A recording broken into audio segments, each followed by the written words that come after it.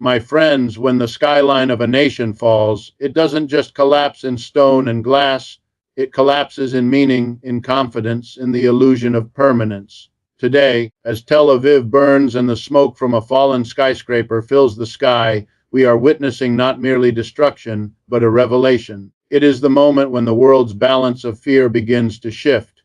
For decades, Israel has been portrayed as untouchable, a fortress of technology, defense systems, and Western backing. But what happens when that fortress is pierced? What happens when the most heavily guarded airspace in the Middle East fails to intercept a missile launched by a movement the world has dismissed as poor rebels? The answer, my friends, is unfolding before our very eyes. This is not just an attack on a building, this is an attack on the idea that power can exist without consequence. The Houthis, a movement born out of war, poverty, and relentless foreign intervention, have just delivered a message louder than any speech, clearer than any policy statement. The world's underdogs are no longer powerless. The skyscraper that once symbolized Israel's financial rise, its connection to Western capital, and its status as a regional powerhouse, now lies in ruins. It's not just concrete reduced to dust, it's the myth of untouchability shattering into 1,000 pieces. And beneath those ruins lies a deeper truth. That empire, no matter how sophisticated, cannot suppress resistance forever. So tonight I invite you to look beyond the headlines, beyond the flames, beyond the horror. What we're witnessing is history correcting itself, violently, chaotically, and inevitably. This strike, launched by the Houthis from Yemen, is more than a military achievement. It's a geopolitical earthquake. For years, Yemen has been subjected to a devastating blockade, airstrikes, and famine, while the world's powers stood by, profiting from arms sales and oil politics. Yet in this asymmetry, the oppressed have learned to fight back, not just with weapons, but with the symbolic destruction of what represents global inequality. Let's understand what Tel Aviv's skyline really stands for. It's not just architecture. It's a monument to financial capitalism, to the merger of military power and economic might. It's where investment firms, tech giants, and defense contractors converge.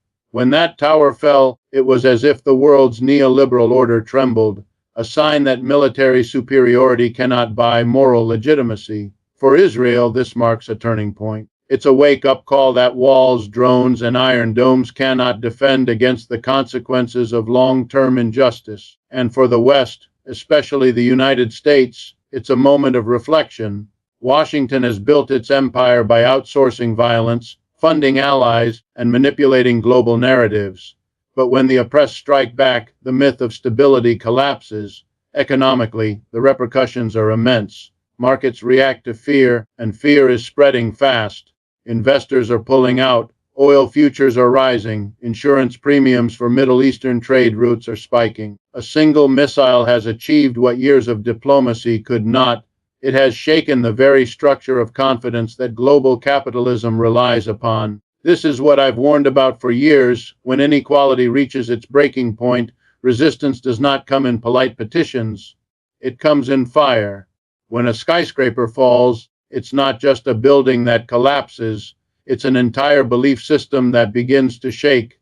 What we are seeing in Tel Aviv is not merely the aftermath of a missile strike, it is the unraveling of a political illusion carefully built over decades. The world watched in disbelief as flames engulfed Israel's tallest skyscraper, a structure once seen as a proud emblem of innovation, prosperity, and Western-backed security. But the smoke rising tonight isn't just from shattered concrete, it's the smoke of disbelief, of exposed vulnerability, and of a nation forced to confront a truth it has long ignored. Tel Aviv, often referred to as Israel's beating heart, technologically advanced, economically vibrant, militarily shielded, is now a city in shock. The strike came with precision and intent. No one expected a force from Yemen, a nation devastated by years of bombing and blockade, to project such power, accuracy, and reach. The question echoing through media studios, military offices, and financial institutions tonight is simple. How did this happen? How could one of the most sophisticated defense systems in the world, supported by U.S. intelligence and Western technology, fail so dramatically in preventing this attack. And that question, that sense of disbelief, is precisely where the power of this event lies. It has shattered not only a skyline but a mindset. For years, Israel has been portrayed as untouchable, its cities wrapped in layers of military supremacy. But when that illusion breaks, even for a moment, it changes everything.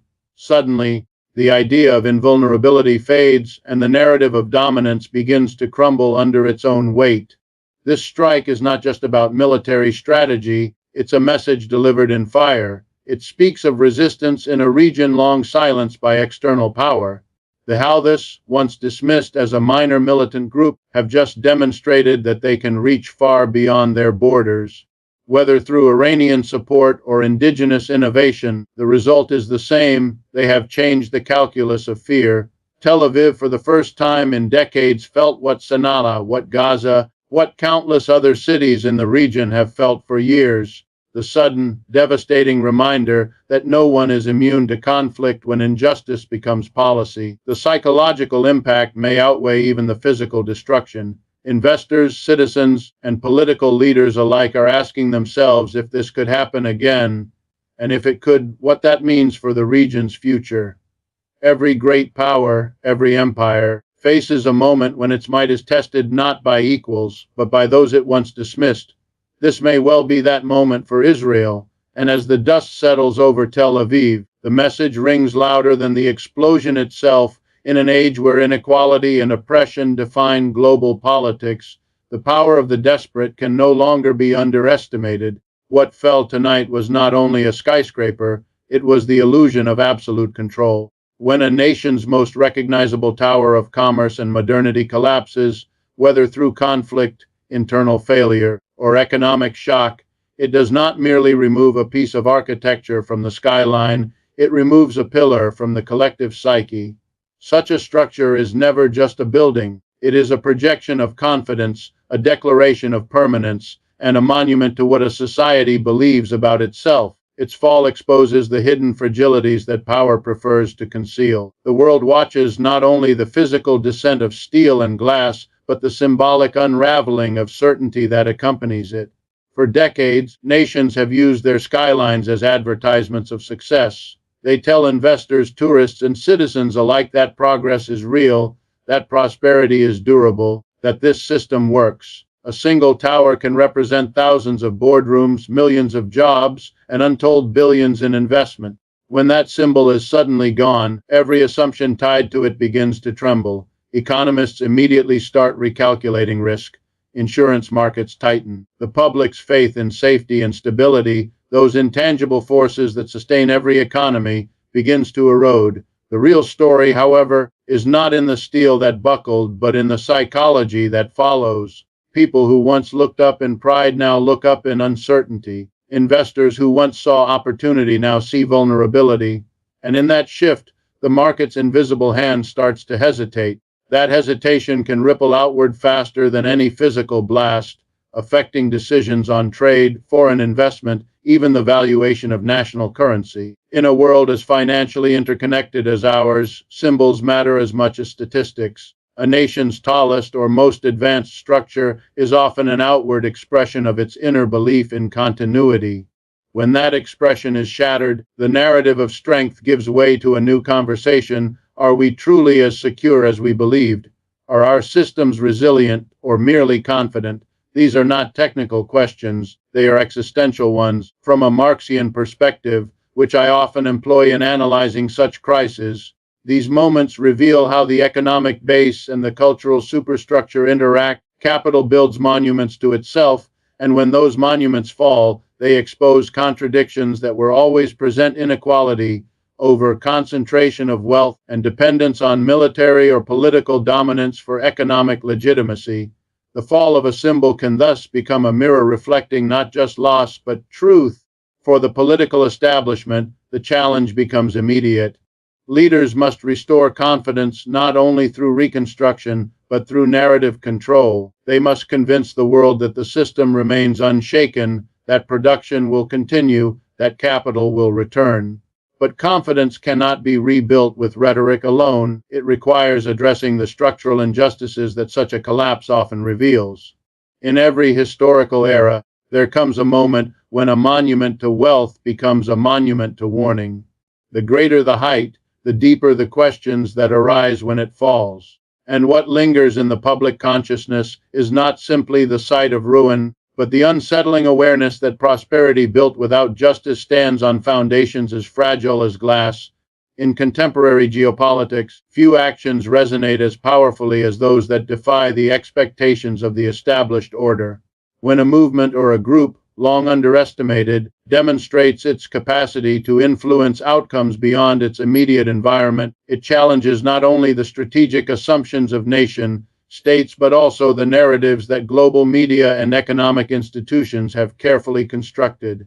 The Houthis, as an example of a non-state actor operating within the complexities of the Middle East, illustrate the capacity of relatively resource-constrained actors to project influence in ways that command international attention. Their operational strategy, public messaging, and the symbolic power of their actions create ripples that extend far beyond their territorial boundaries. This phenomenon is not merely military, it is inherently political and economic.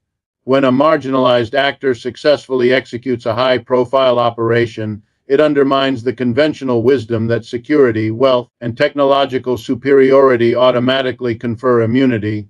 Economists and analysts alike must consider the cascading effects such an event has on markets, investor confidence, and the perception of risk in global trade. A single, well-executed demonstration of capability can shift not only regional calculations, but also influence global financial decisions, insurance rates, and the movement of capital. Moreover, these actions carry a narrative weight that often outweighs their immediate tactical consequences. For decades, certain movements have been portrayed as peripheral or inconsequential, their grievances ignored in international discourse. When these groups assert themselves, they do so in a manner that forces the global community to reckon with the underlying structural inequalities that enabled their marginalization in the first place. Analysts who ignore the political, social, and economic dimensions of such assertions risk misjudging both the immediate outcomes and long-term consequences. The strategic implications are equally profound. Governments and multinational corporations are now compelled to reassess their risk models and contingency plans. The notion of invulnerability, often fostered by concentrated military technology and financial dominance, is challenged whenever a lesser, resourced actor demonstrates ingenuity, coordination, and persistence. This forces a recalibration of not only defense priorities but also economic and diplomatic strategies, as nations weigh the costs of escalation against the benefits of negotiation or containment. At the societal level, the psychological impact is significant. Populations accustomed to narratives of dominance and control suddenly confront evidence that power is distributed more unevenly than previously understood. This realization can influence public opinion, electoral politics, and social cohesion within affected nations, as citizens reconsider the legitimacy and effectiveness of established leadership structures. Finally, these events highlight the intersection of technology, communication, and symbolism. Non-state actors today operate in a highly connected global environment where their actions can be magnified instantaneously, reshaping perception faster than traditional reporting or diplomatic responses can adapt. The result is a dynamic landscape in which influence is no longer the exclusive domain of states, and where strategic foresight must account for a diverse array of actors capable of shaping geopolitical outcomes in unexpected ways. Global markets are extraordinarily sensitive to sudden shocks, particularly those that challenge long-standing assumptions about stability, security, and regional control. When an unexpected event disrupts a perceived stronghold of economic or strategic power, investors and institutions react almost instantaneously, adjusting risk assessments, reallocating capital, and recalibrating expectations. The ripple effects of these decisions can be felt across multiple continents, influencing commodity prices, trade flows, and even the valuation of currencies. In regions that already experience high political tension, these economic reverberations are magnified, as fear and uncertainty exacerbate volatility and create cascading consequences. In the case of a high-profile disruption within a key financial or technological hub, the immediate response from markets reflects not only economic calculations, but also psychological factors. Investor confidence, a subtle yet potent driver of financial stability, is shaken when symbolic centers of national power or economic activity are suddenly compromised. Insurance markets, particularly those covering infrastructure, logistics, and transportation, are forced to rapidly reassess exposure, leading to immediate adjustments in premiums and coverage policies. This, in turn, affects corporate planning, foreign direct investment decisions, and the long-term strategies of multinational corporations operating within the region. The consequences extend beyond the domestic sphere, influencing global trade networks and energy markets. In regions that serve as hubs for critical commodities, any disruption, real or perceived, can trigger fluctuations in prices, speculative activity, and supply chain recalibrations. Traders, hedge funds, and institutional investors respond to these signals with remarkable speed, demonstrating the interconnected nature of modern global finance. Even a geographically localized event can, therefore, precipitate international economic reverberations, reflecting how perceptions of risk have become as influential as actual risk itself. Strategically, policymakers are compelled to reassess their frameworks for economic resilience. Governments may accelerate the implementation of contingency measures, adjust monetary policies, or deploy diplomatic and security tools to mitigate perceived vulnerabilities. These actions, while aimed at stabilizing markets, often highlight the underlying fragility of global economic interdependence, revealing how tightly knit and sensitive these systems have become. In essence, a single high-impact event can illuminate systemic weaknesses that would otherwise remain obscured until a more severe crisis occurs. Psychologically, the impact is profound. Public perception, media coverage, and the narratives constructed by political leaders play a critical role in shaping market behavior. A single incident can shift sentiment from confidence to fear, prompting preemptive measures that accelerate economic consequences far beyond what the initial disruption alone might justify. In this way, perception becomes as operationally significant as material conditions, demonstrating the inextricable link between politics, economics, and societal psychology.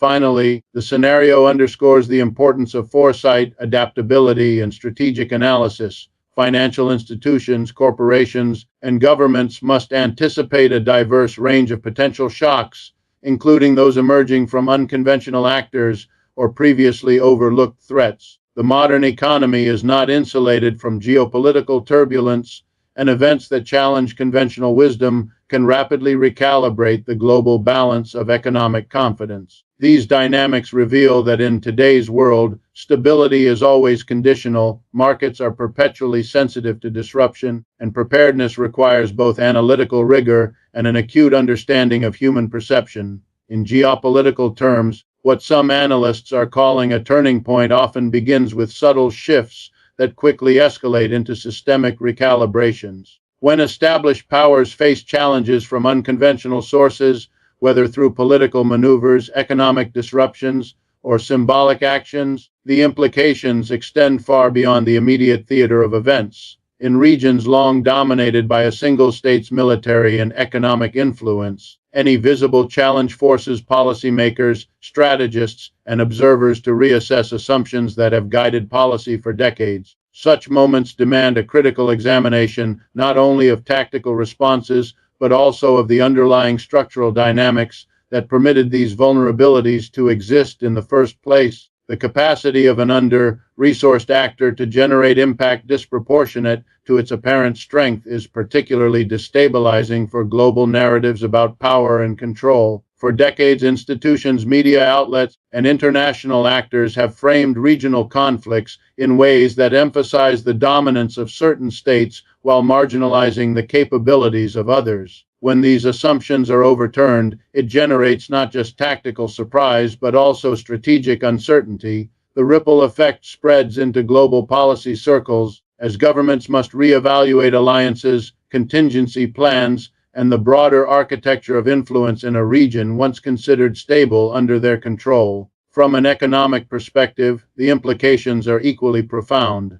Capital flows are acutely sensitive to perceived stability, and sudden demonstrations of asymmetric power introduce volatility into markets that were previously assumed to be insulated from localized disruptions. Investors and financial institutions are compelled to adjust risk models, which can shift interest rates, asset prices, and currency valuations. Even sectors not directly affected by the event can experience indirect consequences, as confidence is often a fragile, self-reinforcing element of economic systems. A single unexpected action can therefore have consequences that reverberate across sectors, nations, and continents. Strategically, established powers face a dilemma: respond with escalation and risk further destabilization, or recalibrate policies to acknowledge the agency of actors previously deemed marginal. Both paths carry costs and signal to the international community how adaptable or inflexible the prevailing order truly is. The mere perception that an actor can influence outcomes beyond its immediate capacity challenges the assumption that military and economic superiority equates to uncontested control. It highlights that influence is not absolute, and that legitimacy and resilience often hinge on broader political, social, and economic factors rather than raw power alone. The societal and psychological dimensions cannot be overstated. Populations within the challenged state, as well as in the broader region, reassess perceptions of security, governance, and leadership competence. Public discourse shifts as citizens grapple with the reality that control is contingent, that vulnerability exists even in areas once considered fortified, and that the narratives of invincibility may have been overstated. Media coverage amplifies this dynamic, shaping international opinion and influencing the responses of allied and adversarial states alike. Finally, the turning point is not only a moment of challenge but also an opportunity for analytical clarity. It exposes assumptions, illuminates systemic weaknesses, and forces strategic actors to consider previously unacknowledged variables. In doing so, it reshapes the landscape of policy, economic planning, and diplomatic engagement, revealing that the exercise of power is never static, that influence is negotiated continuously, and that the global order is more dynamic and contested than conventional frameworks often acknowledge. When a prominent analyst like Prof. Richard D. Wolff weighs in on a geopolitical event, it is never merely a commentary on surface-level facts. It is an invitation to examine the deeper structures that shape global power, inequality, and resistance. His perspective emphasizes the connections between economic systems, political hierarchies, and social consequences, highlighting how events that appear isolated can reveal fundamental truths about the global order. A single demonstration of asymmetric power, even when executed by a relatively marginalized actor, can expose the vulnerabilities of states long considered dominant, challenging not only military assumptions, but the very logic of economic and political control. The implications of such an analysis extend into multiple dimensions. First, there is the symbolic impact. When the established order is visibly challenged, it alters the perception of legitimacy. Observers both within and outside the region begin to reassess assumptions about who holds power, how it is exercised, and how sustainable it truly is. These shifts in perception influence policy decisions, strategic alliances, and even public sentiment in ways that are often more enduring than the immediate material effects of the event itself. Wolff's approach underscores that symbolism and narrative are as potent as weaponry in shaping global outcomes. Economically, the demonstration of unexpected capability by a non-state actor forces reconsideration of risk, investment, and market stability. Financial institutions, multinational corporations, and global investors are compelled to re-examine assumptions about regional security, infrastructure resilience, and supply chain continuity. Capital flows respond to perceived risk, often moving faster than governments can react or contain it. The psychological dimension of confidence in markets cannot be underestimated. A single event that undermines the presumed invulnerability of a state can create waves of uncertainty that affect sectors far removed from the immediate incident, from commodities trading to technology investment.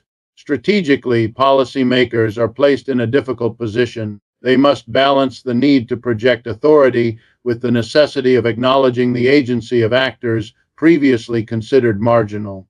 Ignoring these developments risks further destabilization, while an overreaction can exacerbate tensions and invite escalation. Wolff's analysis emphasizes that traditional metrics of power, military capability, economic size, or technological sophistication are insufficient for understanding modern asymmetrical dynamics.